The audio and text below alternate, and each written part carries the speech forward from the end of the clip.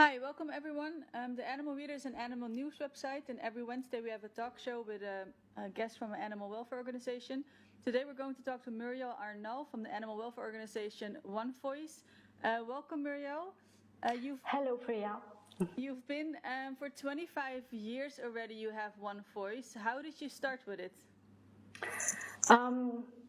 When I came back from graduate studies in the US, in the United States, I thought, what am I going to do? Am I going to wait until retirement to help the animals, or am I going to try and start a group?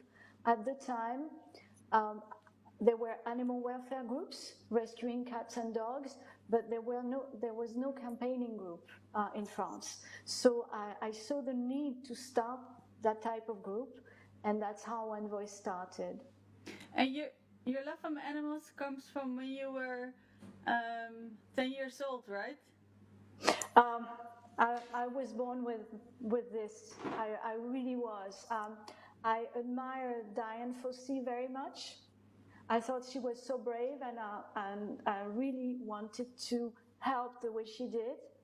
And then I met an elephant in a circus, indeed, when I was about 10 years old, and I felt helpless seeing this elephant in a truck. So the only thing I could do to help him was bringing food. And that's what I did at the time. But I never set foot in a circus. Even now, I don't. Our investigators do that for us. And you sent us 4 videos you want to talk about. We're going to go look at the first one. It's of the orca named Inouk.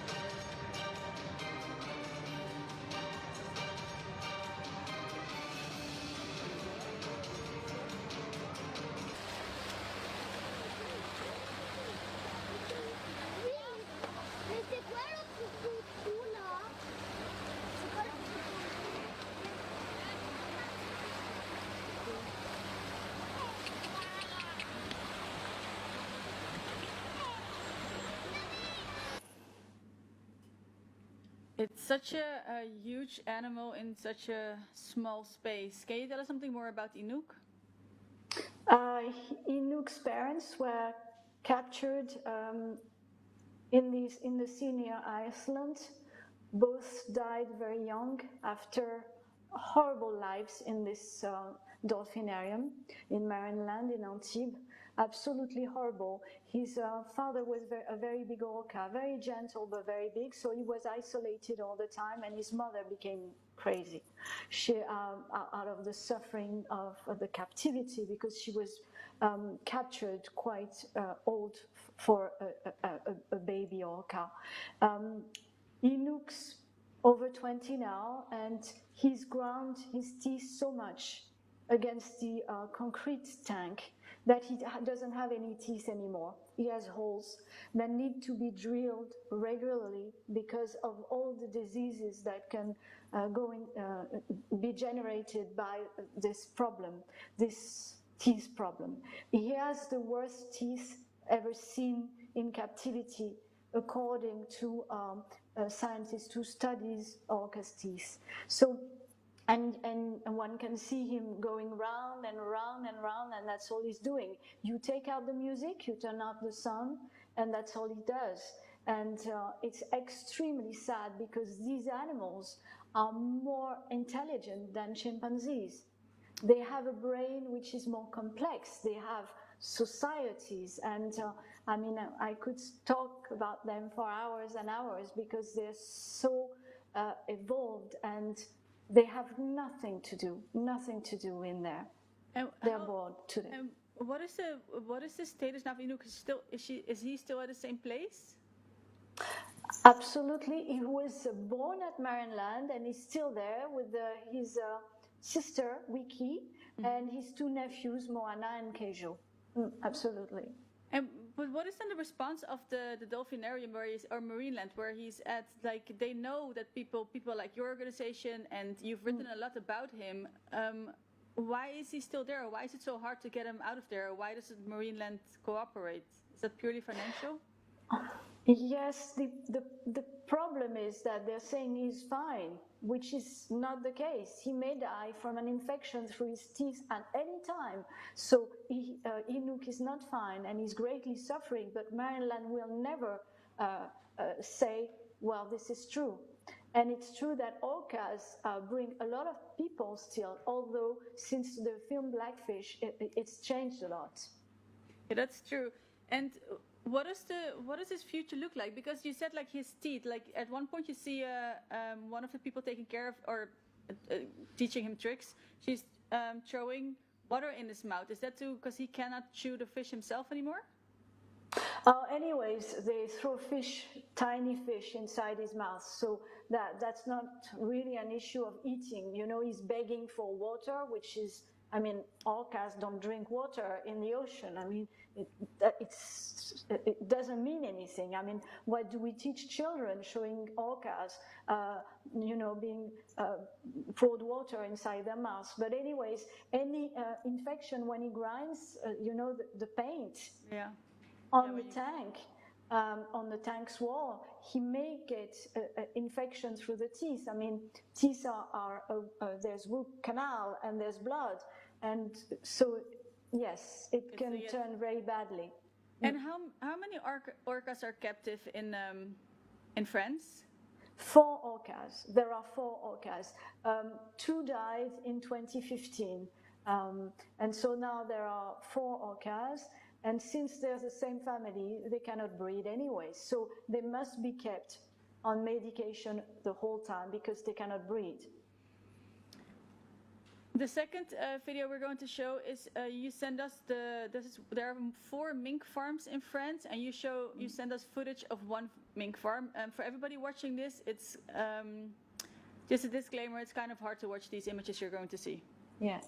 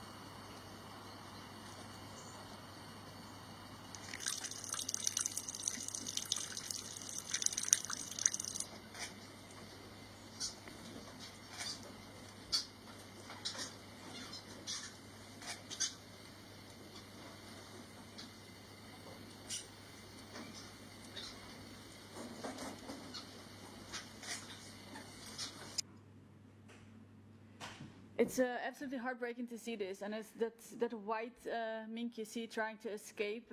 Can you tell us something more about this farm in France? We filed a complaint against this farm last year after showing footage that was even worse than this, and we filed a second complaint at the end of August with this footage, and we are hoping it will close down. Of course, the living conditions are the same in every farm, and one can see how small the cages are, which is more difficult when you see a swimming pool with an orca or a dolphin, whereas here you can really actually see the size, and it's appalling. It's heartbreaking and appalling to let animals live in those conditions. And we are hoping this farm, the farmers, will be condemned for cruelty because they know what they're doing. They're professionals, so they should be condemned.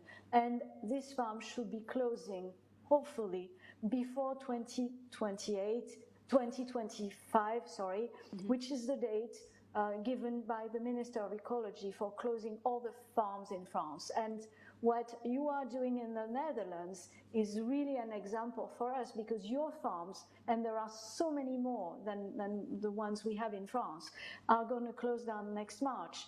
Yeah. So we have to push for a ban, and we have a ban now, but 5 years is too long still. So we hope this farm will close down before that. But there are only 4 mink farms in the whole of France. It's a very, very small business. To who do they supply to? We never know who they supply their fur to. We never know. It's not given because it's commercial secret. But we know that the market is down, that fur is not selling as it used to. So there is a chance that many other fur farms in the world close very soon. But anyways, we need to close down these 4 farms because we are a symbol. We are the country of fashion. So we have to make this statement. And you can see also on the footage the pollution. Mink farms are highly dangerous for for the environment. Yeah. And one can see on the footage how dirty it is and how dangerous, because you see these little rivers of God knows what, going right in the field next door. And also, did they have in France, because of course you just mentioned Holland, but the reason why they're all closing so fast is because of COVID-19. There were the mink had the virus, and they were also, yes. It's almost 2 million animals that were gassed here, so it's they're closing, yes, but it's a good and a bad to it, kind of. But have they had tests there too, or have they tested positive for COVID-19 in France? They didn't run any tests in our farms. Although we alerted the authorities, no test was run. And that's a real problem as well, because we know how easily mink can give COVID to the people next to them. So they should close down now. That's what we're saying. And as you were mentioning, these minks are going to be killed. We know that. What we're asking is that no newborn is led to get born in the future. We need to stop the breeding now. We don't want more minks in April, in May and June to be born and to be killed next winter. That's enough. Yes, it's a very. Last week we had Erwin Vermeulen here from Animal Rights, and they have done a lot for mink in Holland, but their lifespan is so short. They are born in April, they're killed in October, and that's basic. And they live in a small space and very dirty space. But given the conditions they're in, they're better dead than, that's what the specialists say. And it's horrible to think that we are making the animals suffer so much. And for what? Just for profit. Yes. And people don't want that anymore. They don't. And that is a great progress.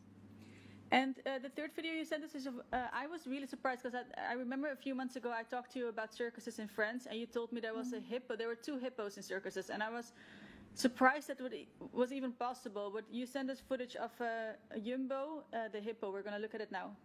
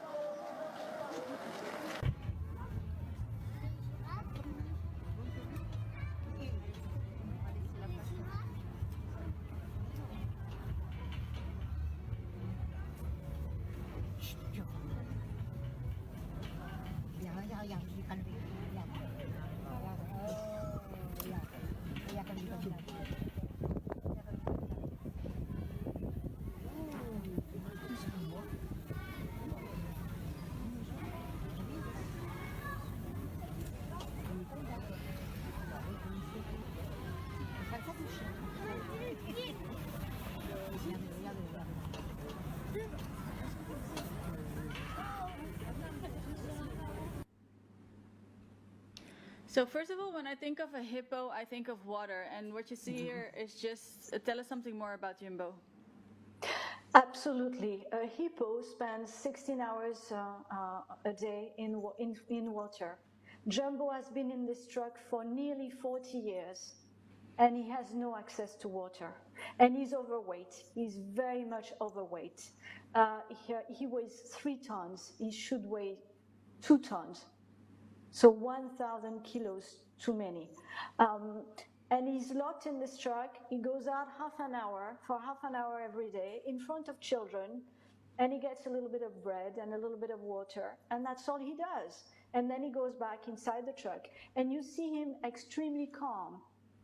And the expert who saw the footage tell us that it's because he's depressed. He's given up. But we don't want to give up for him. So there is a complaint for Jumbo. We nearly confiscated him. But the circus is extremely violent. They filed plenty of complaints against us, but we're not going to stop. We're going to continue. And if Jumbo dies in this truck, some people will have to be held responsible for letting that happen, because he's suffering. Jumbo is really suffering right now, but he's also held illegally, because in France you can only hold animals in a circus if they go and take part in the show, which is not the case for Jumbo. So he should have been out of the circus for many, many years. And 40 years ago, how did the circus get him even? From where did he come? Captured in the wild. Like all the elephants that are in circuses in France. We have more than 10 elephants. We have 2 hippos, and these hippos have been captured in the wild like the elephants. And it has been with the same circus for 40 years now? Yes. The thing is, papers are unclear. They show us papers because we took them to court, and everything is hidden, and nothing is transparent with circuses. And the authorities, they just turn a blind eye on that. And that's not normal. That's not what should be done. No, it's surprising to me that if any government or any authority were to see this, then hippo and water, those are 2 things that are equal to each other. So I don't understand how people can still, even a circus, how can they still think they're offering the hippo a good life? There is a pool. You saw a tarp, the blue tarp at the beginning, but there is no way Jumbo can go inside that pool. And it's never been used because you see it's a very thin tarp. And if we were going inside this pool, he would scratch it right away. So it's all a bunch of lies, but some authorities, not all of them, but some authorities are helping circus people lie, not respect the legislation, and that is not normal. They will have to be held responsible at some point. That's not. Yeah, that's ridiculous. It's just wrong. Yeah, it's just wrong. It's very wrong. We're gonna stick with the circuses because the last video you sent us are from Mina and Kamala. Those are 2 elephants, and we'll look at it now.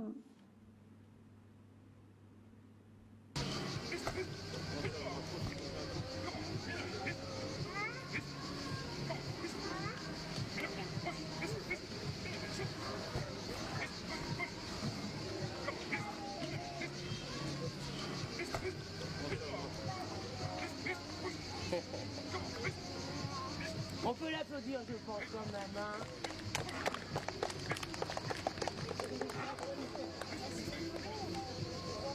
Oui, Camilla, elle est jalouse. Elle veut toujours l'attention. Ah, elle est jalouse. Comme tout le monde. Ouais, je crois. Ouais, bravo, Mina. Voilà, ça, c'est génial.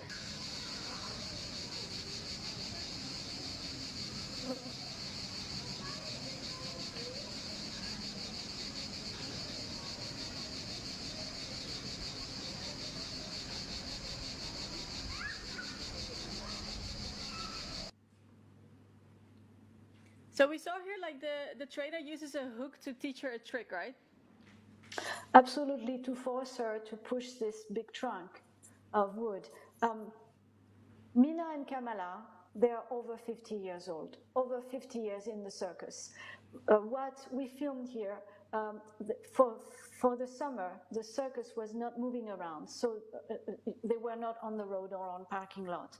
But sometimes they will drive, 1,600 kilometers in 10 days. It's in a truck. It's horrible, and they're very old. And one can see that how old they are, and they're stereotyped, bouncing about, and they should be out of the circus by now. There was another elephant with them called Leshmi. We campaigned, and the circus was forced to let Leshmi go, but we didn't have a say about where she should be sent, and unfortunately she wasn't sent to a good place. And this is very sad. We filmed Kamala, the other elephant you were seeing in front of Mina, being rounded by the trainer by a string that was electrified, and then he put the electricity, and she jumped. I mean, they're so nasty with them, so nasty, so cruel. It's unbelievable. We are in 2020 in a civilized country, and you can see that. It's unbelievable. And what happened to the third one you just mentioned? What happened to her? Like she didn't go to a good place, but where did she end up? Yes, Leshmi was blind, and she was handicapped with her, I think it was a front right leg. Yeah. And she was sent to a sect in Britain, and no one has access to her. I don't know what you call that. A group of people who have a guru and are isolated, and they have another elephant, but no one has access to them. And people have been campaigning in Britain to rescue the elephant they already have, and now they have Leshmi. But Leshmi could not be in the truck anymore. It was too difficult for her to be on the road. She was blind, so she was guided by Mina and Kamala. We wanted them to remain together because they were. Mina was actually feeding Leshmi, you see, and they were guiding her. We have footage of the trainer beating her during the show because she was absolutely lost when Mina and Kamala were sent away. All this is very cruel. But how is it? So when maybe this happened? When did this happen of Lemchi? Like how many years ago is this? 2 years ago, less than 2 years ago. So how is it possible that she's blind and she can't see? And like you just said, it's a civilized country, so we're in France, and then who decides she gets to be sent to a sect in Britain? I think once again the vet authorities, the local vet authorities. Not the wildlife authorities, who are very dedicated to the animals, wildlife authorities, but the vet authorities, it's every time they're saying everything's okay, everything's fine, and that's how it happened. Okay, and so now I'm really shocked by that story that she's sent to a sect and nobody can check on her, and she's blind and without her friends. I don't even want to know what her life is like now. But it's horrible. It's horrible. A week ago, some good news came in France because your Minister of Environment, she said that they have a new way of thinking about animals, and they're planning to ban wildlife in circuses. They're planning to ban mink farms, but it was pretty fake how she said it. So what exactly happened? When will it be banned, and when will it stop? We worked with the previous ministers and working groups last year for several months, and so we were expecting these measures and these announcements. So for mink farms, the ban will take place in 2025, in 5 years, and that's very clear. The measures for the circus animals are not clear. We don't know when, how many years it's going to take still, how it's going to happen. And we don't even know if it's going to be a law or a decree, because if it's a law, it's going to have to be discussed in Parliament, so it's going to take some time.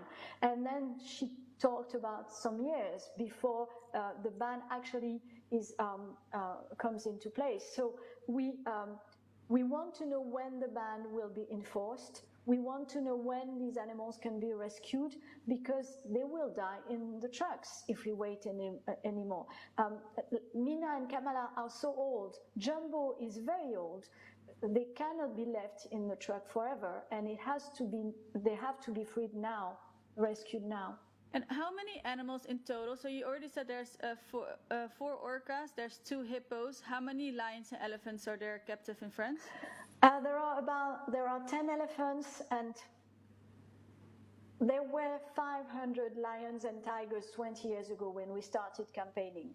And 2/3 of circuses have stopped using wild animals in that time span. So we think there are less than 100 tigers and lions in circuses. The problem is they are breeding them, which once again is illegal, but they're breeding them to sell the cubs.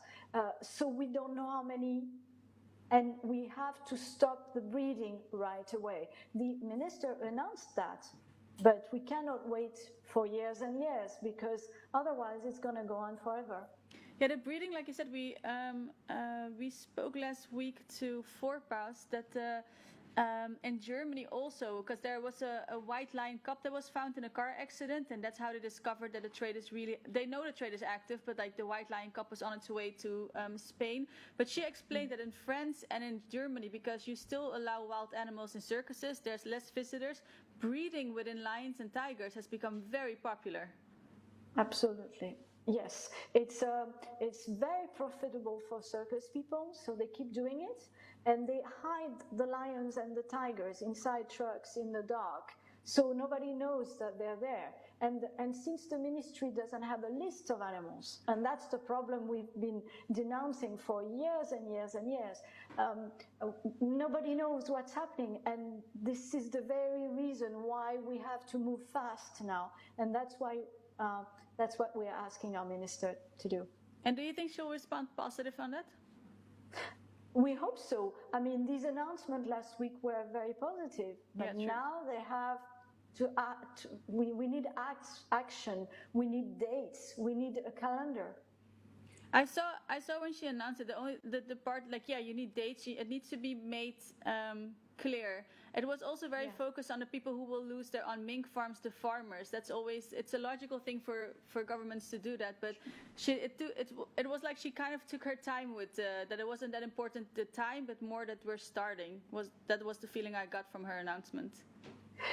Yes, well, forming farms with privately owned by farmers, there are very few people who will lose their jobs, and they will have compensation to find another job. It's the same for circuses. There are now very few circuses with animals, so there are absolutely no reasons to take such a long time to make these changes happen. And that's why we need a clear agenda in order to be able to work with the government, to work with our partners who are sanctuaries, like you mentioned, Forepass. We have sanctuaries in France. There are sanctuaries in South Africa who can take care of the lions, for instance. So we need a clear agenda now.